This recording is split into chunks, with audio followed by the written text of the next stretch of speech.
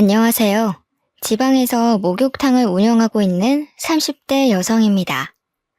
목욕탕에 일을 하는 건 상상하는 것보다 몸쓸 일이 많은 것 같아요.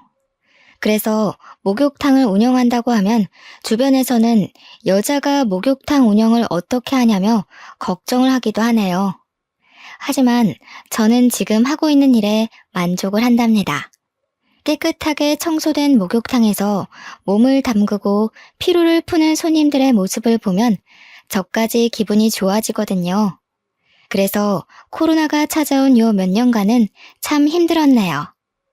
집에만 박혀 있으니 우울증이 돋는 것 같기도 했고요.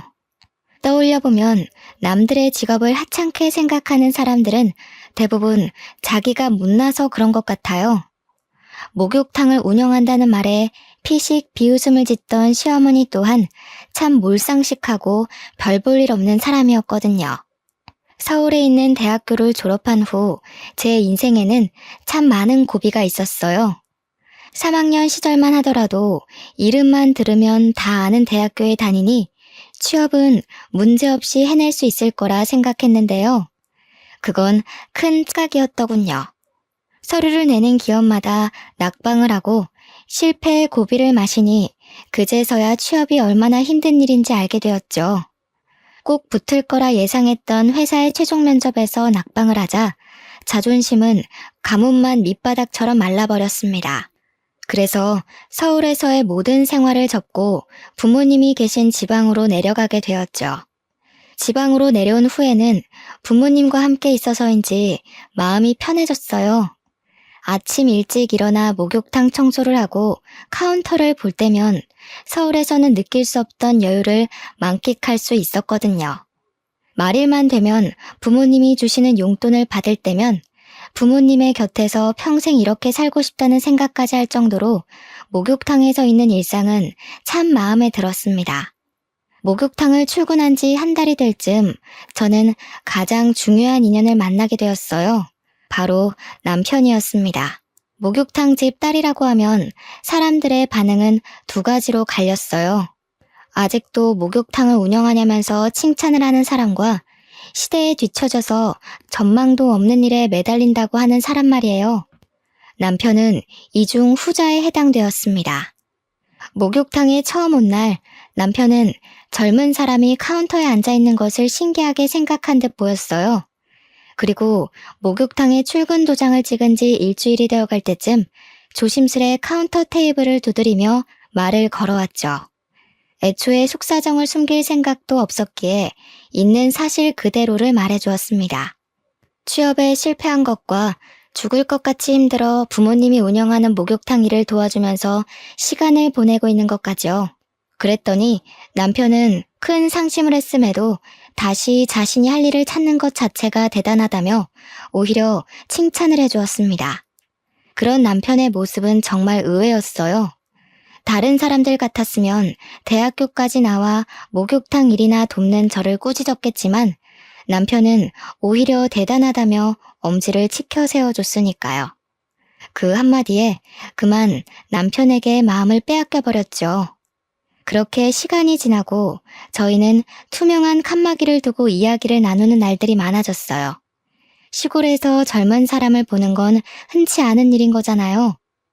박사 학위를 받은 남편은 지방 대학교에서 시간 강사로 일을 하고 있다고 했습니다. 남편은 학생을 가르치는 일이 얼마나 힘든지 푸념하기도 하고 교수가 될 수 있을지 없을지에 대한 걱정도 털어놓았는데요. 힘들었을 텐데 포기하지 않고 꾸준하게 노력하는 남편의 모습은 참 멋있게 느껴지더라고요. 그래서 만난 지 얼마 안 되었지만 마음을 열고 연애를 시작했던 것 같네요. 모아놓은 결혼 자금은커녕 변변한 취업 자리도 없는 제가 결혼을 할 수 있었던 건 오로지 남편의 노력 덕분이었어요. 프로포즈를 하며 반지를 끼워줄 때 모아놓은 돈이 없다며 거부를 했는데요. 오히려 남편은 자신이 더 열심히 돈을 벌면 된다며 맨몸으로도 좋으니 결혼만 해달라고 하더군요. 미안한 마음에 계속 밀어냈지만 남편은 그때마다 안심을 시키듯이 등을 두드려 주었고 그런 남편의 모습에 다시 한번 반해 만남을 이어갔네요. 그리고 연애를 한 지 1년 후 저희는 부부가 되었습니다. 취업은커녕 결혼 자금조차 모으지 못한 상태로 결혼할 수 있었던 것은 오로지 남편의 노력 덕분이었어요. 남편에 비해 너무나 부족한 걸 알기에 밀어냈지만 남편은 자신이 모아놓은 돈이 있으니 아무 걱정하지 말고 결혼 준비를 하자고 했는데요. 그 말이 진실이든 아니든 참 감동적이었죠. 무엇이든 자기가 다 책임진다는 게 쉬운 일이 아닌 거잖아요. 그래서 남편을 믿기로 굳게 마음을 먹었어요. 결혼 준비를 하면서 알게 된 사실은 시부모님이 굉장한 부자라는 사실이었습니다. 검사로 일하던 시아버지께서는 은퇴 후 이름만 대면 알만한 로펌으로 이직을 하셨고, 시어머니께서는 시아버지의 명의의 건물을 관리하면서 취미로는 그림을 그린다고 하시더군요. 남편이 있는 집 자식이라는 것을 알게 되자 부모님께서는 오히려 걱정을 하며 발만 동동 구르셨어요. 목욕탕을 하는 저희 집을 이해하지 못할 거라면서요.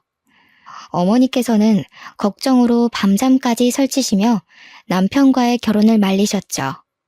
시어머니께서 고된 시집살이를 시킬 거라면서요. 부모님의 반대는 심했지만 그럼에도 남편과 결혼을 하고 싶었습니다. 어떤 일이 닥쳐온다고 해도 남편과 함께하고 싶었는걸요. 솔직히 고민이 되는 것은 사실이었어요.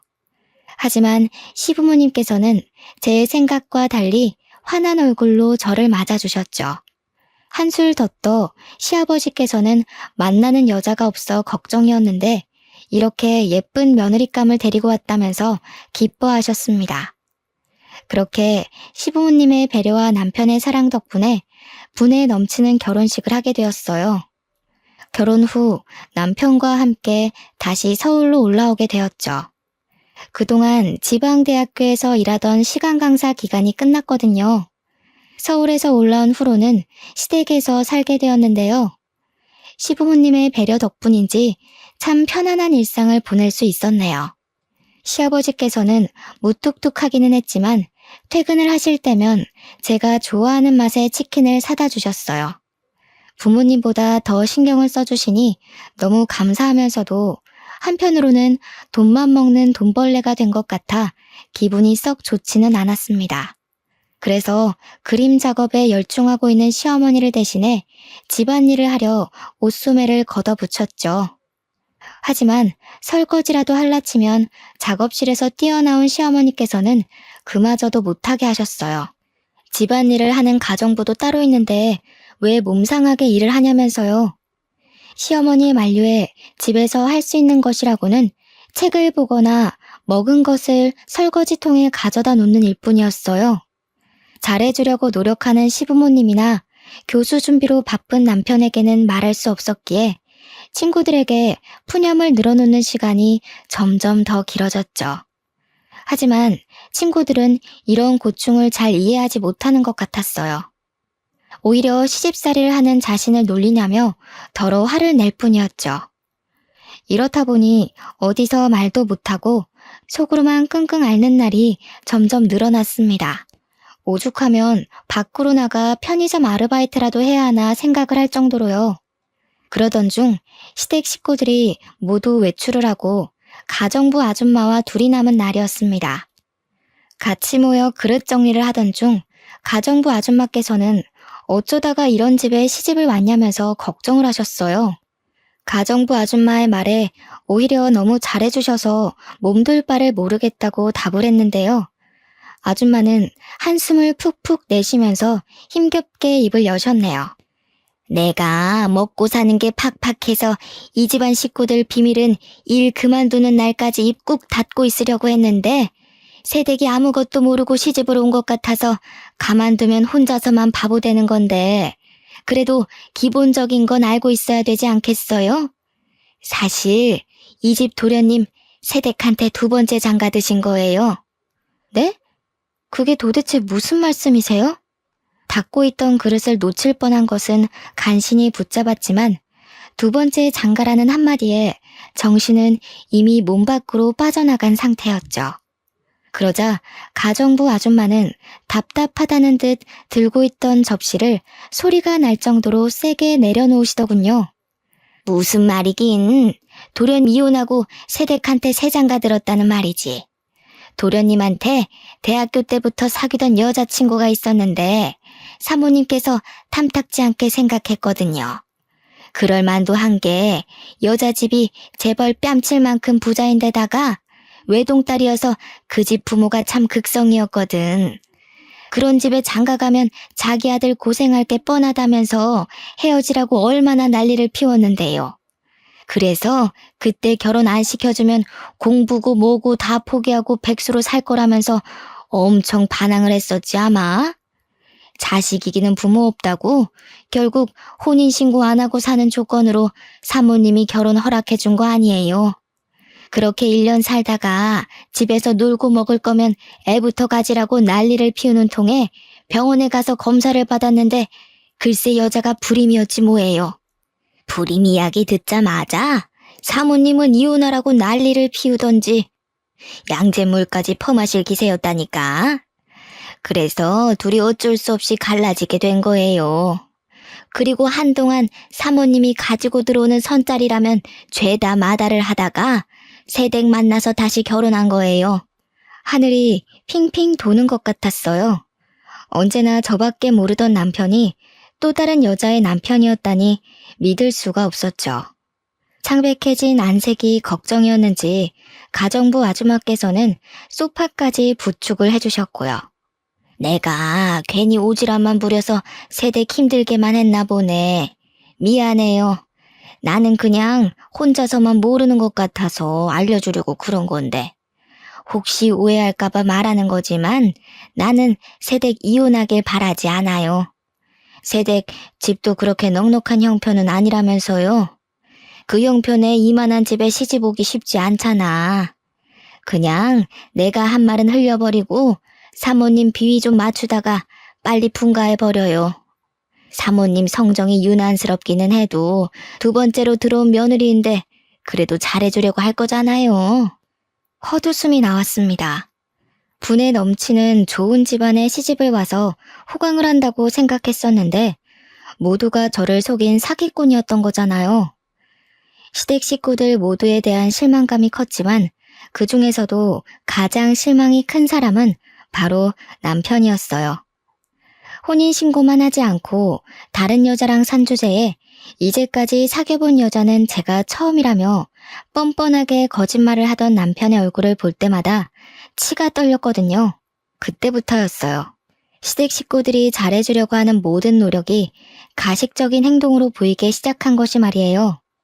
시어머니께서는 여전히 딸이 생겨 좋다며 백화점에 가 비싼 옷과 가방을 사주셨지만 하나도 마음에 들지 않았어요. 전처럼 환하게 웃으면서 시어머니와의 시간을 즐길 수도 없게 되었고요. 속을 모르는 시어머니께서는 안색이 안 좋아 보인다면서 보양식을 파는 집으로 손을 끌고 가셨죠. 시어머니께서는 손수 닭다리를 찢어 앞접시에 놔주셨습니다. 닭다리 살을 발라 입에 넣자 시어머니는 여태까지 상상조차 할 수 없었던 질문을 하셨죠. 예, 너는 지금까지 만난 남자가 몇 명이나 되니? 네? 만난 남자라뇨? 모른 척 하기는 우리 애 제외하고 사귀었던 남자가 몇 명이었냐 이 말이지. 솔직히 말해도 괜찮아. 옛날이야 부모들 때문에 남자 만나서 연애할 새도 없이 결혼을 했다고 하지만 요즘이 어디 조선시대도 아니고 어디 결혼 전에 남자 몇 번 만난 게 흠이니? 나 그렇게 앞뒤 분간 없이 고지식하게 꽉 막힌 시어머니 아니다. 그동안 생활비 벌고 취업 준비하느라 남자 만날 새가 없었어요. 그러니? 역시 그럴 줄 알았다니까. 대답이 마음에 들었는지 시어머니께서는 활짝 웃으시면서 박수까지 쳤어요. 확실히 오히려 집안 형편이 못 살아야 남자 경험이 없다니까? 부잣집 여자들은 그저 흥청망청 돈 쓰면서 옆에 남자 끼고 놀기 바쁜데 우리 새아가는 그동안 허튼 짓 안 하고 착실하게 살았구나. 노력만 하면 이번 연도 안에 금방 임신이 되고도 남겠어. 아직 저희 부부조차 생각하지 않았던 2세 계획을 시어머니께서 생각하시다니 조금 껄끄럽긴 했지만 사실대로 말할 수는 없었네요. 벌써 손자, 손녀의 얼굴을 그리는 시어머니의 행복을 깨고 싶지는 않았으니까요. 그래서 그냥 앞접시에 놓인 닭다리살만 열심히 발라먹었어요. 2달 정도의 시간이 흐른 후 시어머니는 상상보다 더 극성맞은 사람이라는 것을 알게 되었습니다. 해가 뜨기도 전에 나간 시어머니께서는 1시가 다 돼서야 집으로 들어오셨는데요. 현관문을 여실 때부터 이미 화가 잔뜩 나셨는지 씩씩거리면서 옷소매까지 걷어붙이셨어요. 얼른 찬물을 떠서 가져다 드리자 시어머니께서는 다짜고짜 저에게 손찌검하셨어요. 시어머니에게 맞은 뺨은 아프지도 않았어요. 오히려 당황스러운 것이 클 뿐이었는걸요. 가정부 아줌마도 있는 대낮에 그것도 갑자기 뺨을 맞으니 눈물조차 나오지 않더군요. 돌아간 고개를 간신히 돌리자 시어머니께서는 다시 한번 뺨을 때리셨죠. 10손가락도 모자라서 10발가락까지 합칠 정도로 남자들이랑 놀아난 주제에 감히 시애미한테 거짓말을 해? 집이 못 살아도 그 몸뚱이 하나 깨끗할 거라고 믿고 데리고 왔더니 남들이 쓰고 버린 행주를 며느리라고 들였어. 귀한 우리 아들한테 어쩜 이런 쓰지도 못할 행주 쪼가리가 달라붙었는지. 갑자기 왜 이러는 거예요? 이유라도 알고 맞아야 억울하지라도 않죠. 시어머니께서는 억울하지도 말라며 바닥으로 종이 한 장을 툭 던지셨어요. 종이에는 저의 생년월일이 적혀 있었죠. 지난밤 저에게 태어난 시간을 물어본 것이 의아했었는데 시어머니께서는 몰래 무당집에 가서 점을 보고 오신 거였습니다. 당사자인 저도 모르게 말이에요. 사주가 어떻게 나왔던 사람이 제일 중요한 법이잖아요. 그런데 시어머니께서는 오직 무당의 말만 맹신하는 것 같았어요. 억울함을 하소연했지만 그럴 때마다 시어머니께서는 듣기도 싫다며 귀를 막아버리셨죠. 이럴 줄 알았으면 결혼시키기 전에 미리 점집에라도 다녀오는 거였는데 내가 너무 급했어. 이 화상을 앞으로 어떻게 데리고 살아? 아이고, 우리 아들 인생을 어쩌면 좋으나. 그렇게 당하고도 내가 정신을 못 차리고 너무 서둘러 버렸어. 그래, 아무리 구멍난 행주라도 이미 우리 집에 왔으니 어찌됐던 기회는 주마. 올해 안에 아들을 낳아. 그러면 없던 일로 하고 예전처럼 착한 시어머니 노릇하면서 살아주마. 대신 애를 못 낳으면 당장 짐 싸서 친정 목욕탕 청소할 준비나 하고. 한 번만 제 말을 믿어달라고 했지만 시어머니는 이미 제가 여러 남자를 만나 방탕하게 놀았다고 생각하는 모양이었어요. 그래서 변명을 하려고 했지만 소용이 없었죠. 해명을 하려고 해도 시어머니께서는 저를 멀리 하셨거든요. 다른 식구들이 있을 때는 전과 똑같이 행동했지만 식구들이 출근을 하면 작업실에 콕 박혀 아예 한마디도 걸지 않으셨습니다. 다시 시어머니와 잘 지내보려 과일을 깎아서 가고 손수 물감 정리도 해보았지만 그런 노력들은 다 헛수고였네요. 쓸데없는 짓 할 시간에 어떻게 하면 애를 뵐지나 생각해라. 아유, 괜히 똥 묻은 개를 주워와서 내가 무슨 고생인지 모르겠다. 자기 똥도 못 닦는 개를 어디다가 쓴다고. 시어머니는 아기를 낳을 때까지 말도 걸지 말라며 경고를 하셨어요. 점점 심해지는 시어머니의 행동에 결국 남편에게 모든 것을 털어놓게 되었습니다. 남편은 분명 든든하게 제 편을 들어줄 거라고 믿어 의심치 않았죠. 그런데 이야기를 듣자마자 남편은 인상부터 찡그리더라고요. 가뜩이나 요즘에 교수 준비 때문에 바빠 죽겠는데 내가 이런 사소한 일까지 신경 써야 돼? 당신이 우리 집에서 하는 게 뭐가 있는데 우리 엄마가 다른 집처럼 빨래며 설거지하라고 윽박지르면서 시집살이를 시키기를 해. 아니면 나가서 돈이나 벌어오라고 내가 당신을 닥달하기를 해. 그냥 집에서 쉬면서 어머니 비위 맞춰드리기만 하면 되잖아. 그게 그렇게 어려워? 잠깐씩 식구들 비위만 맞춰줘서 돈 100만 원은 우습게 받을 텐데 그거 하나를 못해서 자기 복을 발로 차요. 이럴 줄 알았으면 너랑 결혼하는 게 아니었는데. 기본적인 소통이 돼야 비위를 맞춰드리던 뭐든 하지. 아기 낳기 전까지는 나랑 말도 안 하겠다는 어머니한테 내가 무슨 비위를 맞춰드리고 무슨 돈을 받겠어. 그래도 당신은 아들이니까 가서 나 대신에 한마디만 해주면 되잖아. 집사람, 발랑 까진 사람처럼 돌아다니지도 않았고 집에서 열심히 공부하고 일만 했다고. 당신 바깥일 때문에 피곤한 건 알지만 그래도 어머니한테 한마디 정도는 해줄 수 있는 거잖아. 나 이대로 가다가는 애 낳기도 전에 산송장처럼 죽어갈 것 같아. 애원했지만 남편은 콧방귀만 낄 뿐이었습니다. 그러면서 남편은 아무렇지 않게 툭 말을 던졌죠. 당신이 그 공부를 혼자서 열심히 했을지 전 남자친구 집에서 열심히 했을지는 나도 모르지. 내가 서울에 있을 때부터 당신을 안 것도 아니고 막말로 나한테 비밀로 하고 다른 남자들 끼고 놀았을 수도 있는 거잖아. 당신도 찔리는 게 있으니까 엄마한테 해명도 못하고 나한테 와서 해결해달라고 난리치는 거 아니야? 그렇게 당당하면 당신이 어머니한테 직접 말을 해도 되는 거잖아. 나도 참 이럴 줄 알았으면 과거 조사라도 싹 해보고 결혼하는 건데. 내가 공부만 하느라 여자 보는 눈이 없어서 그냥 결혼을 해버렸네. 어차피 끝난 인생, 다음 생에는 나무처럼 뻣뻣하고 애교도 없어서 부모님이랑 트러블만 일으키는 여자가 아니라 이쁘고 돈도 잘 버는 여자 만나서 백년해로 해야지. 기가 막히더군요. 같이 지낸 시간이 얼마인데 자기가 보지 못했다는 이유로 과거를 의심하고 다른 여자를 운운하다뇨. 금방이라도 실실거리며 다른 여자 이야기를 늘어놓는 남편에게 전부인에 대한 이야기를 하고 싶었어요. 하지만 목이 메어 쏘아붙이기는커녕 입도 뻥긋하지 못했죠.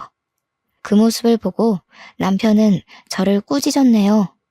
여우같이 살살 애교 피우면 그냥 넘어갈 문제를 밥 기다리는 곰마냥 버젓이 앉아서 버티고 있으니까 엄마가 더 화내는 거 아니야.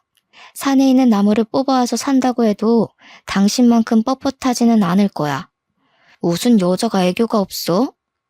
결혼 전 다정하던 모습은 먼지 한 톨만큼도 찾아볼 수 없는 남편을 보며 친구들이 해줬던 말이 기억났어요. 남편은 결혼하자마자 바로 남의 편이 돼서 남편이라는 말이요. 제일 믿었던 남편마저 남의 편이라는 것을 알고 나니 실망감과 우울감이 동시에 덮쳐왔죠. 시댁 가족들은 여전히 이전과 똑같이 행동했지만 전처럼 기뻐하거나 같이 어울릴 수가 없었어요. 더 이상 시댁에 있는 것이 편하지도 즐겁지도 않았으니까요. 아무도 없는 곳에서 교모하게 괴롭히는 기술을 답답하게 만들었고 말끝마다 잘못을 운운하는 남편은 머리를 지끈거리게 만들었습니다. 더 괴로운 것은 시어머니의 아이 타령이었어요. 시어머니께서는 아들은 언제 가질 거냐면서 1시간에 한 번씩 닥달을 하셨죠. 시간이나 장소를 가리지 않고 말이에요. 화장실에 문을 잠그고 샤워를 하고 있을 때면 시어머니께서는 불쑥 열쇠로 화장실 문을 열고 들어와 애도 안 가져놓고서는 속편하게 샤워나 하고 있다며 꼬투리를 잡았는데요. 정작 잦은 출장과 야근으로 집에도 들어오지 않는 남편을 내버려 두고 엉뚱한 곳만 피가 나라 긁는 시어머니가 너무 미웠어요. 임신하는 것이 혼자 노력해서 되는 일이었다면 혼자서 어떻게든 해보겠지만 임신이라는 것이 손뼉을 마주쳐야 하는 거잖아요. 처음에는 남편의 교수 준비로 인해 시간이 없다고 해명을 했지만 그럴 때마다 귀를 닫고 잊지도 않은 과거를 운운하며 모든 책임을 떠넘기는 시어머니의 모습에 해명하는 것 또한 포기하고 말았네요. 목이 터져라 말을 해줘도 시어머니께서는 귀가 들리지 않는 사람처럼 그저 자기 할 말만 하기 바쁠 게 뻔했으니까요. 시어머니를 걸고 넘어지면 분명 남편이 화를 낼 것이 뻔했지만 그래도 이번만큼은 그냥 있을 수가 없었습니다. 개인 생활까지 침해하면서까지 애를 낳으라고 닥달하는 시어머니를 무슨 수로 혼자 막을 수 있겠어요. 그래서 12시가 넘어서야 집에 들어온 남편을 화장대에 앉히고 이야기를 했죠. 아이를 갖자고요. 당신, 그 머리 말이야. 왜 달고 다니는 거야? 사람이면 최소한 생각을 하고 다녀야지. 지금 교수 임용이 얼마 남지도 않았는데 다짜고짜 애부터 갖자고 하면 그건 생각 없는 거를 떠나서 아예 뇌가 없는 거 아닌가? 자꾸 시간이 남아 돌아서 헛소리나 하나 본데 그렇게 할 게 없으면 아주머니 도와서 집안일이라도 좀 해. 집에서 놀고 먹게 해줬더니 남편 말은 밟아서 꿈틀거리는 지렁이만큼도 생각 안 하는 것 같은데 그럴 거면 집에서 농땡이 부리지 말고 나가서 편의점 아르바이트를 하던 고깃집 불판을 갈던 해. 바쁜 사람 짜증나게 신경 긁지 말고. 서러워지더군요. 아무 생각 없이 아이를 갖자는 것도 아니고 시어머니의 등살 때문에 어쩔 수 없이 아이를 갖자고 한 건데 남편은 그것마저 못마땅하게 생각하는 듯 했어요. 이리저리 무시를 당하자 이럴 거면 차라리 결혼을 하지 말고 작은 회사로라도 취업을 할 거라면서 후회를 했죠. 일은 아무리 힘들어도 끝이 있는 법인데 남편에게 받는 무시나 시어머니에게 받는 스트레스는 억지로 인연을 잘라내기 전까지는 계속해서 이어지는 거니까요. 그래도 남편이 얼마나 교수를 하고 싶어 하는지 알았기에 꾹 참으며 시어머니의 잔소리를 견디고 견뎌냈습니다. 하지만 이런 노력에도 불구하고 남편은 보란듯이 교수 준비해서 시원하게 미끄러지고 말았네요. 교수 자리에서 완전히 떨어진 후 남편은 엄청난 상심을 한 것 같았어요. 서재에만 틀어박혀 얼굴조차 비치지 않았거든요. 어쩌다가 서재 문이라도 열려치면 남편은 불같이 화를 내면서 읽고 있던 책을 던지기까지 했습니다. 그러면서 교수 자리에서 떨어진 모든 이유가 아이를 갖자고 설쳤기 때문이라면서 길길이 날뛰었죠. 남편은 급기야 손찌검까지 하려고 했는데요. 배려 없는 남편의 행동을 보자 꾹 누르고 있던 울분이 터져나오더군요. 제발 그만 좀 해. 당신이야말로 그 잘난 머리로 한 번이라도 내가 왜 그랬는지 생각해보면 안 돼? 내가 미쳤다고 당신이 교수 준비하느라 바빠 죽는 거 뻔히 아는데 애 같자고 미친년처럼 날뛰면서 바짓가랑이 붙잡았겠어? 사람이 왜 이렇게 눈치가 없어? 책만 보던 머리 조금만 굴려도 답이 금방 나오잖아. 출퇴근하는 이모님도 내가 어머님한테 애 못 낳는다고 구박받는 거 알더라. 근데 살 부대끼면서 사는 당신은 도대체 왜 몰라? 아예 나한테 관심이 없어서 그런 거 아니야? 이럴 거면 차라리 혼자 책이나 보면서 조용히 살지. 왜 애꿎은 나를 당신 집안에 끌어들여서 잘 살고 있는 인생을 멋대로 망치냐고. 울고불며 말을 하자 남편은 그제서야 이상한 낌새를 눈치챈 듯 싶었습니다. 가만히 우는 모습을 보고 있던 남편은 서재문을 열어 제끼고 시어머니를 불러와 물어보았죠. 남편이 물어보자 잠시 세모눈을 뜨던 시어머니께서는 금방 눈가에서 즙을 짜내면서 훌쩍거리셨어요. 아이고, 나이가 들면 죽어야지. 새아가한테 그렇게 너 안 바쁠 때 눈치껏 말하라고 했더니 기어코 일을 저질렀구나.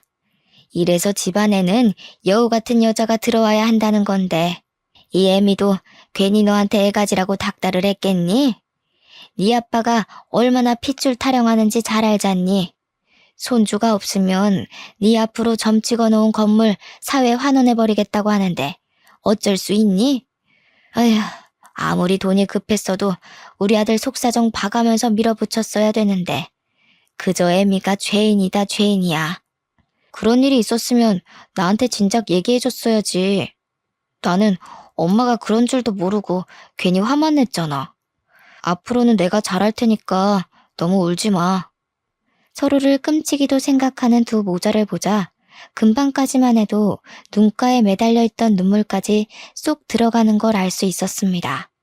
정작 상처받은 장본인은 바로 앞에 있는데 남편과 시어머니는 자신들이 상처를 받은 것 마냥 서로를 보듬어주고 있었어요. 정말 어이가 없었죠. 저는 그저 아이를 담을 그릇 정도로만 생각하는 남편과 시어머니가 소름 끼쳤고요. 그 후 시어머니와 남편은 유난을 떨면서 아이를 가지라고 난리를 피웠어요. 시어머니께서는 아들을 낳는 비법이라며 매일 아침마다 굵은 소금으로 머리를 감으라고 닥달했고, 남편은 함부로 음식을 먹으면 안 된다면서 가정부 아줌마를 들들 볶았죠. 그 결과 저는 매번 비린맛이 그대로 날 정도의 싱거운 나물 요리만 먹어야 했고요. 매번 굵은 소금으로 머리를 감아 상처가 난 두피 여기저기에서는 피가 나고 제대로 먹지 못한 몸은 점점 말라가기만 했는데요. 그보다 더 힘든 것은 일상이 된 간섭에 정신이 점점 더 피폐해지는 것이었죠. 그래서 더욱더 아이를 원하지 않게 되었어요. 아이를 가진다면 간신히 기르고 있던 손톱만큼의 제 자신이 깎여 나갈 것 같았거든요. 하지만 신은 참 너무한 것 같았습니다. 기어코 간신히 붙잡고 있던 것마저 깎아내며 뱃속의 아이를 점지해 주셨거든요. 임신을 한 후 가장 기뻐한 것은 시아버지였어요. 시아버지께서는 아직 코딱지만큼도 안 되는 아이의 초음파 사진을 보면서 무슨 일이 있어도 꼭 변호사나 의사처럼 큰일을 하는 사람으로 키울 거라면서 호언장담을 하셨죠. 그러면서 대뜸 성별부터 물어보시더군요. 아직 알 수 없다고 말을 하자 시아버지께서는 하늘이 두 쪽 나도 아들일 거라면서 호언장담을 하셨습니다. 그래서 딸일 수도 있다고 말씀을 드렸어요. 그러자 시아버지께서는 절대 딸일 리가 없다며 불같이 화를 내셨고요. 아들, 딸을 차별하는 시아버지의 모습에 큰 충격을 받았죠. 그나마 시댁에서 정상이라고 생각했던 시아버지마저 정상이 아닌 거잖아요. 임신 소식을 알린 후부터 시댁 식구들은 오직 제 배만 쳐다보았습니다. 시댁 식구들은 조금이라도 움직일라 치면 아이에게 가만히 앉아 있으라면서 호들갑을 떨었어요. 그러면서 태아에게 좋은 5만 가지의 음식은 모두 먹기를 강요하셨죠. 그 중에서도 제일 먹기 힘들었던 것은 장어즙이었어요.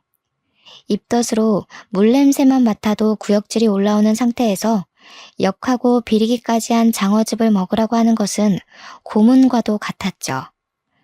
다른 것은 그나마 코를 막고 먹을 수라도 있었지만 장어즙은 코를 막아도 역한 냄새가 입안에 감돌았기에 절대 먹을 수가 없었죠. 그래서 어느 순간부터 시댁 식구들의 눈을 피해 화장실이며 싱크대에 장어즙을 버리는 것은 일상이 되어버렸습니다. 하지만 그마저도 오래가지는 못했네요. 싱크대에 장어즙을 버린 것을 시어머니에게 들켜버렸거든요. 절대로 못 먹겠다고 선포를 하자 시어머니는 다 아이를 위한 것이니 참고 먹으라면서 억지로 입안에 장어즙을 들이부었는데요. 이상하게 장어즙을 먹은 후부터는 온몸에 두드러기가 올라왔고 기도는 숨을 쉬지도 못할 정도로 부풀어 오르더군요. 그래서 바로 남편에게 말을 한 것이고요. 원래 몸에 좋은 보약은 먹을 때나 먹고 나서 고통스러운 법이야.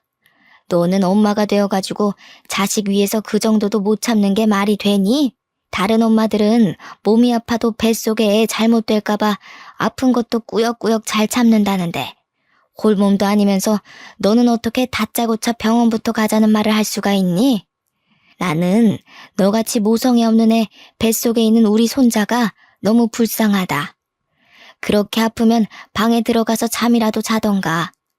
병원에 데려가 달라는 한마디만 했을 뿐인데 시어머니께서는 10마디도 넘는 꾸중을 늘어놓으셨어요. 참 마음이 씁쓸했습니다. 엄마라는 이유로 몸이 아픈 것도 말하지 않고 꾹꾹 참아야 하다니 너무 불공평하잖아요.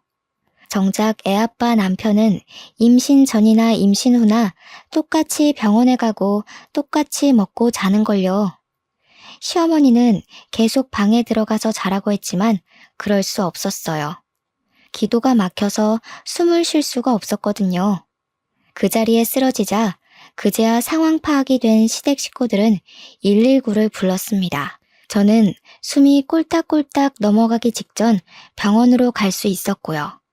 의사는 알레르기 반응이 심하게 와 조금만 늦었어도 목숨이 위험할 뻔했다고 말을 했어요.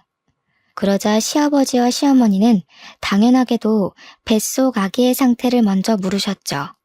물론 뱃속의 아이는 아무런 지장이 없었지만 그래도 너무 서러웠네요.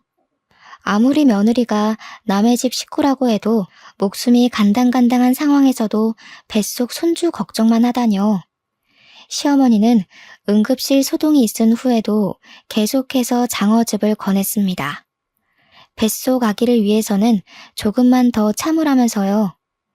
그래서 처음으로 시어머니에게 언성을 높이며 못 먹겠다고 말을 했죠. 어디 버르장머리 없이 시애미한테 대들어. 임신했다고 떠받들어주니 네가 아주 시부모 머리 꼭대기에 올라가려고 하는구나. 그런데 갑자기 가만히 있던 시아버지가 버럭 화를 내시더군요. 당황스러웠습니다.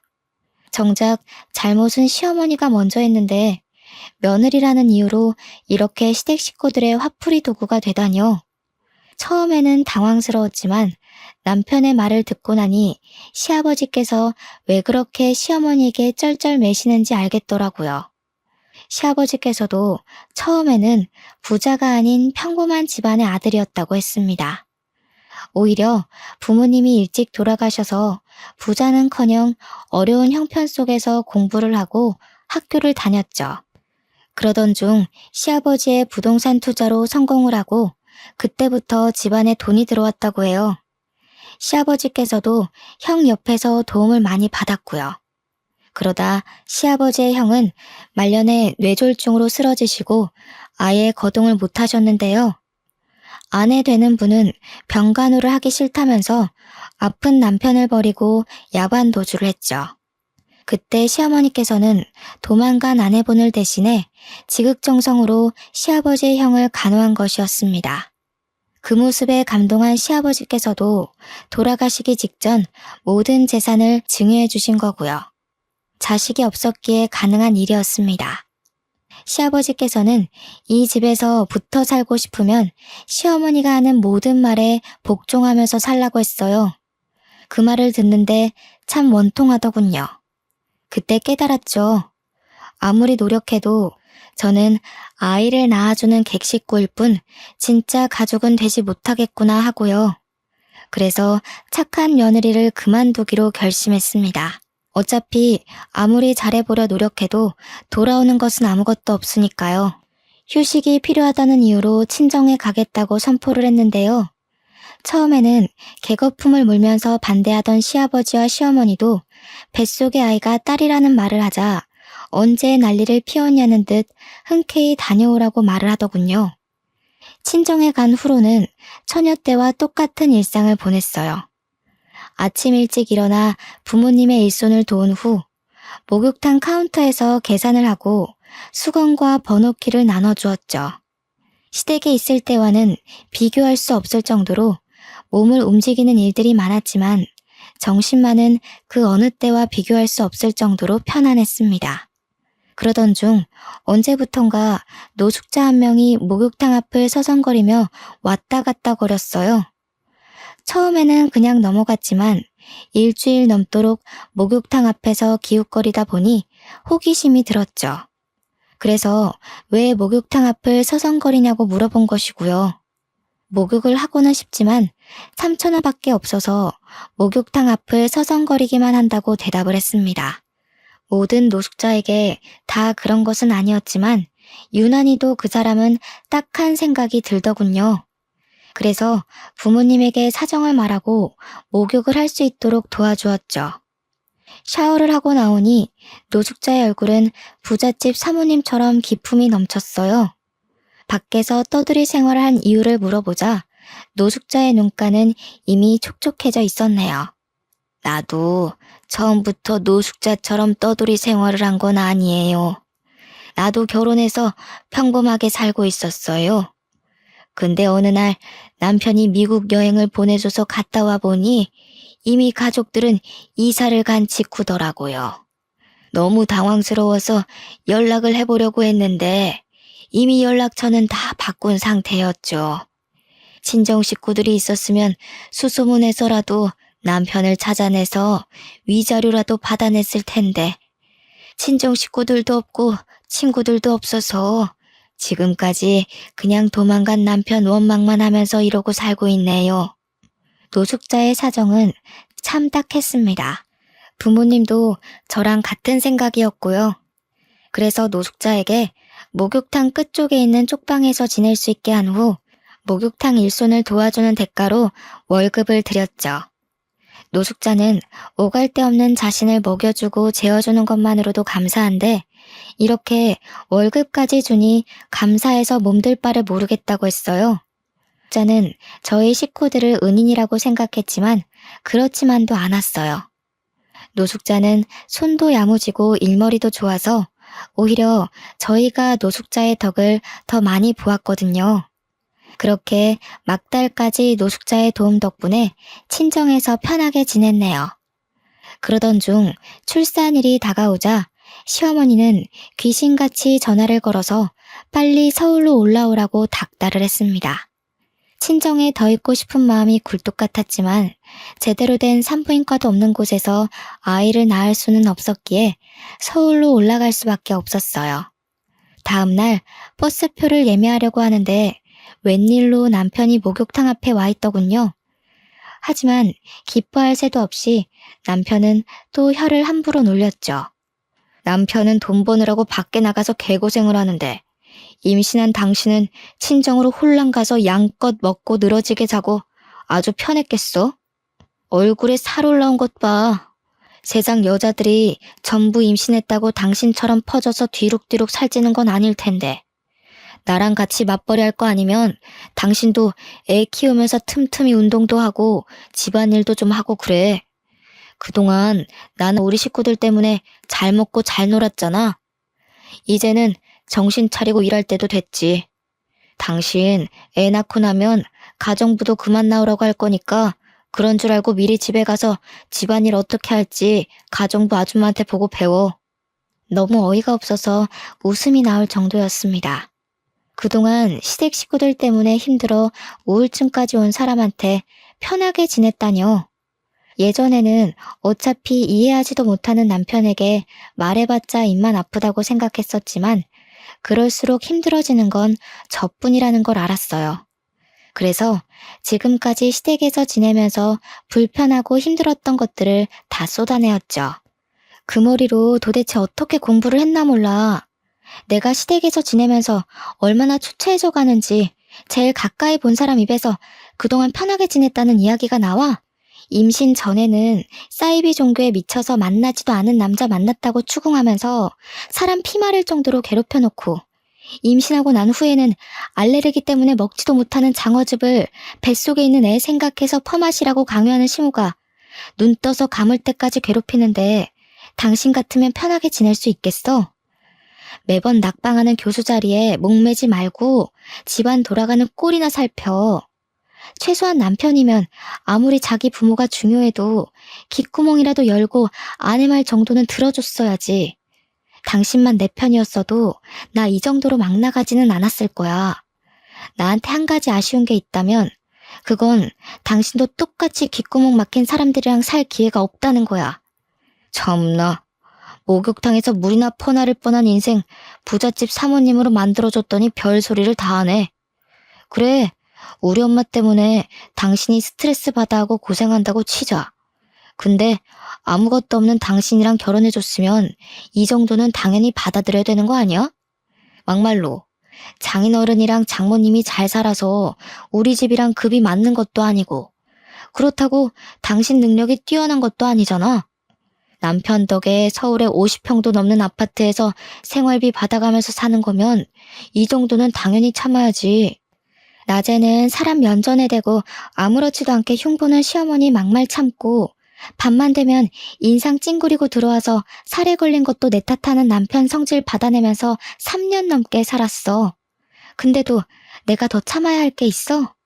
나 어머니랑 당신 얼굴만 봐도 구역질이 나서 시댁에 있는 동안 밥 한 술도 마음대로 못 먹으면서 살았어.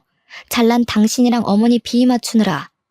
내가 목욕탕 집 딸인 게 당신네 식구들 욕바가지 될 정도로 잘못된 일인 거야? 애초에 이럴 거면 결혼하자는 말을 꺼내질 말던가. 이제야 말하는 거지만 나야말로 당신 인생 구제해준 거 아닌가? 이혼해서 쳐다도 안 보는 별 볼 일 없는 남자랑 살아준 거잖아.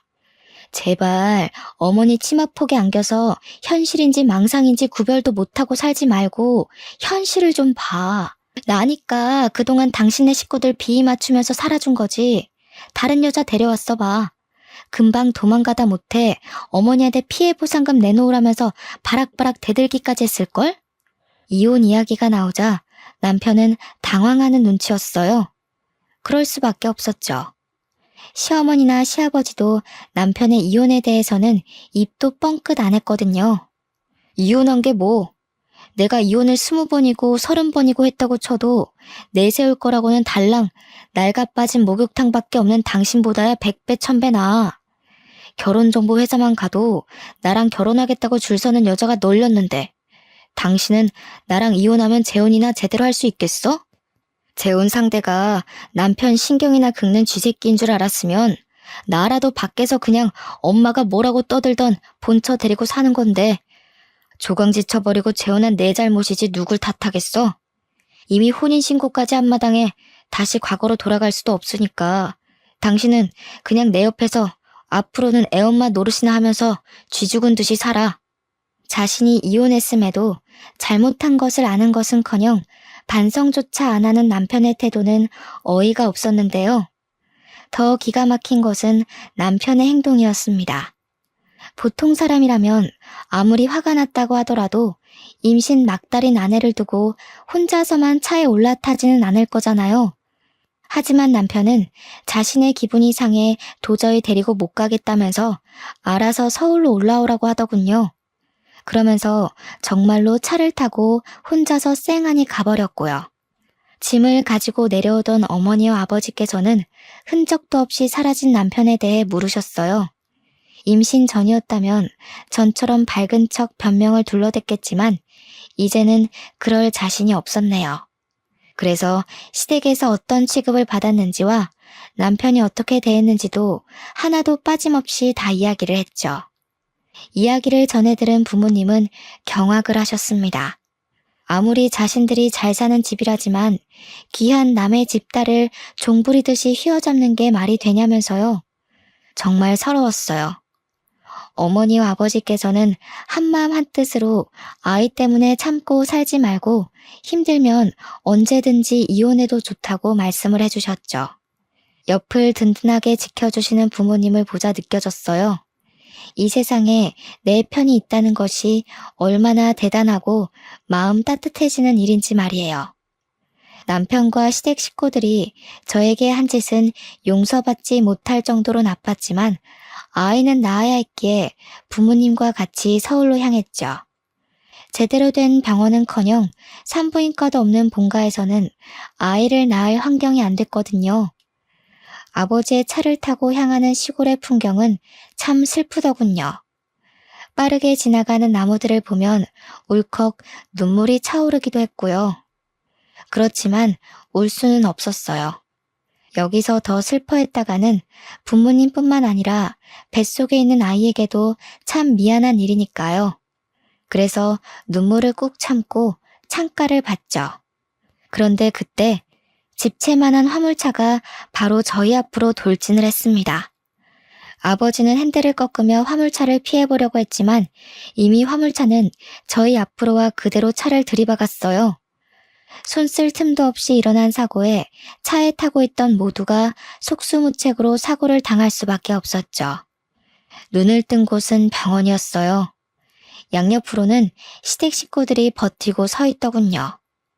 깜짝 놀라며 부모님의 안부를 묻자 시아버지께서는 부모님 모두 큰 부상 없이 입원을 했다고 말씀을 해주셨죠.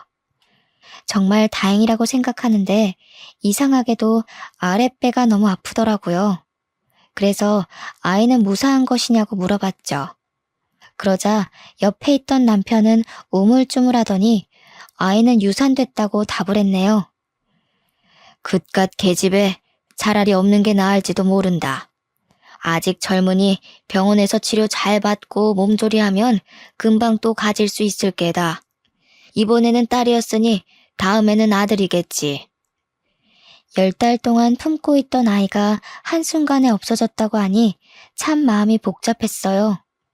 남편과 시부모님에게 구박을 받을 때에는 서러웠고 부모님이 함께 교통사고를 당했을 때는 슬펐지만 아이를 잃은 감정은 말로 표현할 수가 없었네요. 정말 그 어떤 슬픔이 온다고 해도 이것보다 더한 것은 없다고 생각했죠.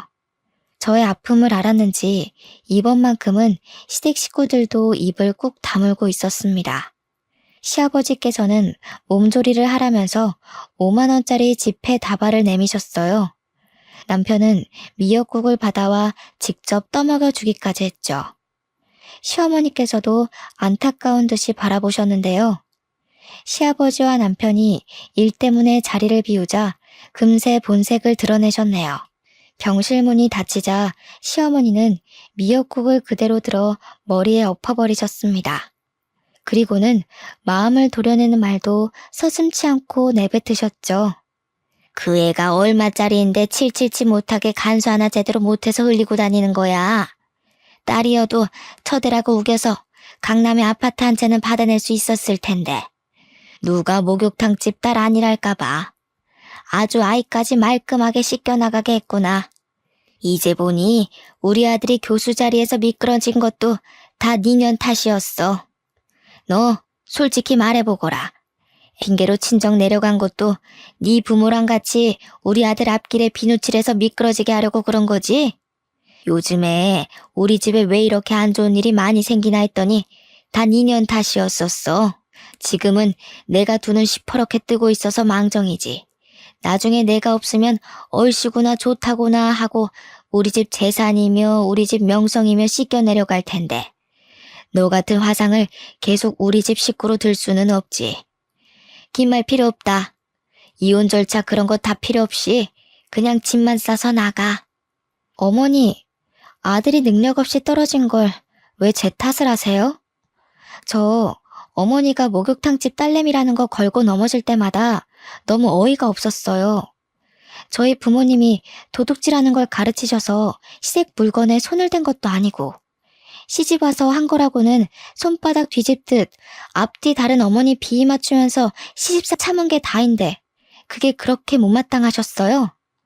자꾸 이상한 이유로 걸고 넘어지시지 말고 그냥 없는 집 딸 주제에 귀한 외동아들 가로채간 게 마음에 안 든다고 솔직하게 말씀하세요.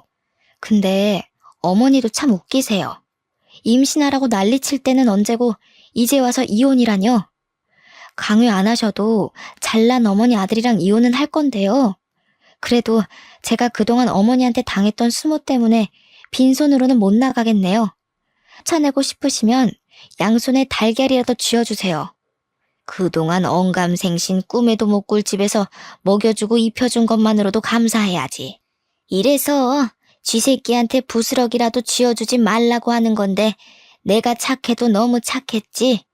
싹수가 노란 걸 진작 확인하고 쥐덫을 놨어야 하는 건데. 너 같은 거한테는 지금 들고 있는 돈 봉투도 가분한 건데. 왜 이러세요? 당장 내놔. 애도 흘린 주제에 뭘 잘했다고 돈까지 탐내? 너같이 돼버러진 것한테 나는 10원 한 장 못 준다. 시어머니는 급기야 시아버지가 주신 돈 봉투까지 빼앗으려 했습니다. 힘을 주며 뺏기지 않으려고 했지만 그럴수록 돈 봉투를 잡고 있는 시어머니의 손에는 힘이 잔뜩 들어갔어요. 기필코 돈 봉투를 빼앗으려고 하는 시어머니의 손톱은 그대로 손등을 파고들며 생채기를 냈고요. 어머니 논리대로라면 제가 유산한 것도 다 그이 때문이죠. 그이가 몇 마디 다퉜다고 성질 안 부리고 혼자 출발하는 일만 없었어도 제가 유산할 일도 저희 부모님이 다칠 일도 없었다고요. 이게 어디서 우리 아들을 걸고 넘어져? 남편의 이름이 나오자 시어머니는 손을 들어 올렸어요. 뺨을 내려치려는 게 분명했죠. 그 손 못 놔? 그때 노숙자가 호통치는 소리가 병실 안을 울렸습니다. 깜짝 놀란 시어머니는 노숙자를 보자 깜짝 놀라며 치켜 올린 손을 내렸죠. 노숙자가 가까워질수록 시어머니는 사색이 되어 바들바들 떨고 있었어요. 영문을 모르는 저는 가만히 있었고요. 그동안 한 번만 얼굴 보게 해달라고 그렇게 빌고 빌었는데 결국 내 소원이 통했나 보네. 이렇게 다시 만나게 된 걸 보면 말이야. 그래, 그동안 나 대신에 살았던 인생은 재미있었고. 형님이 여긴 어떻게... 남에게 고개 숙이는 것을 제일 싫어하던 시어머니는 바닥에 붙어있다시피 엎드려 노숙자에게 고개를 조아렸어요. 그런 시어머니를 내려보던 노숙자는 검은 봉지에 있던 죽을 꺼냈고요. 포장을 뜯은 노숙자는 김이 나는 죽을 그대로 시어머니의 머리 위에 부어버렸죠. 나는 누구랑 달리 인정이 넘쳐서 말이야. 마지막 가는 길인데 귀한 보양식 정도는 머리에 엎어줄 수도 있지.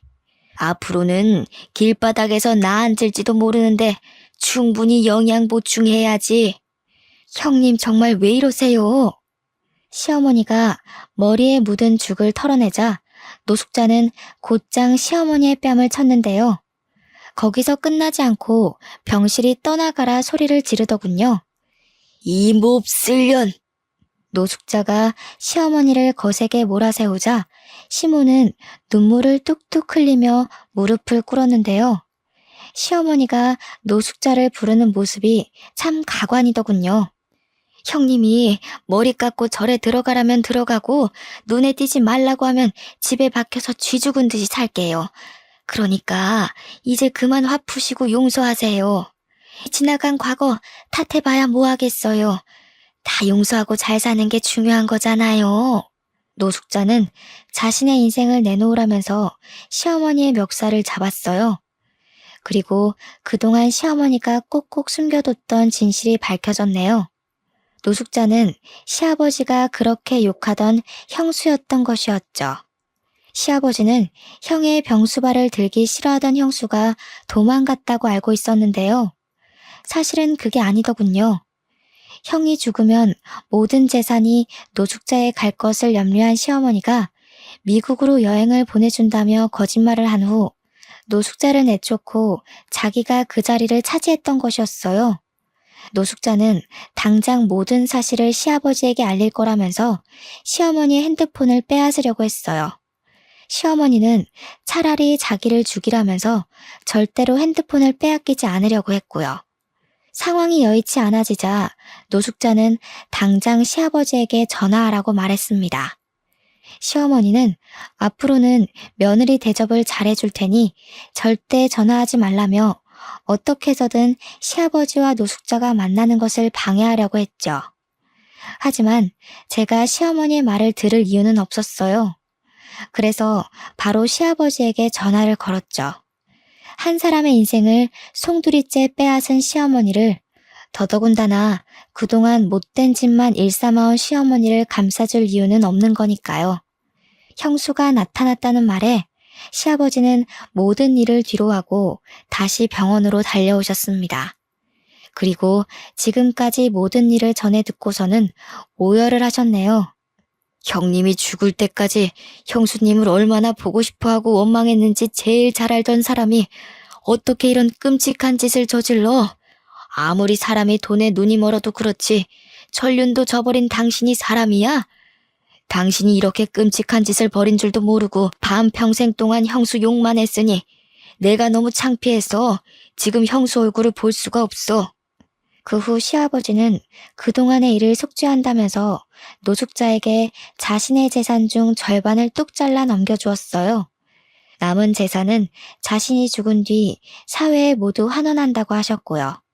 시아버지의 결정에 시어머니와 남편은 쌍수를 들며 반대를 했지만 시아버지의 뜻을 굽히지는 않으셨답니다. 시아버지께서는 가족의 인생을 빼앗은 죄인은 돈을 가질 자격이 없다면서 못을 박으셨거든요. 결국 본전도 못 찾은 시어머니는 자리에 드러누웠고 시아버지의 재산만을 누리며 그동안 교수 준비도 게을리하던 남편은 한 입시학원의 국어 강사로 취업을 했네요. 일을 다니게 되자 남편은 먼저 사과를 해오더군요. 그동안 자신이 시어머니의 치마폭에 쌓여 아픔을 헤아리지 못했다면서요. 이번 일을 계기로 남편은 정말 자신이 무엇을 잘못했고 어떤 것을 바로잡아야 하는지 알게 된 것 같았지만 지금은 잠시 본가에 내려와 목욕탕 일을 도와드리고 있어요. 아직은 남편을 용서할 마음이 없거든요. 노숙자는 유산을 상속받은 후에도 계속 저희 부모님과 가깝게 지내면서 목욕탕 일을 도와주고 있는데요. 저희 가족들에게 보답을 하고 싶다면서 지방의 아파트를 한 채씩 사주었네요.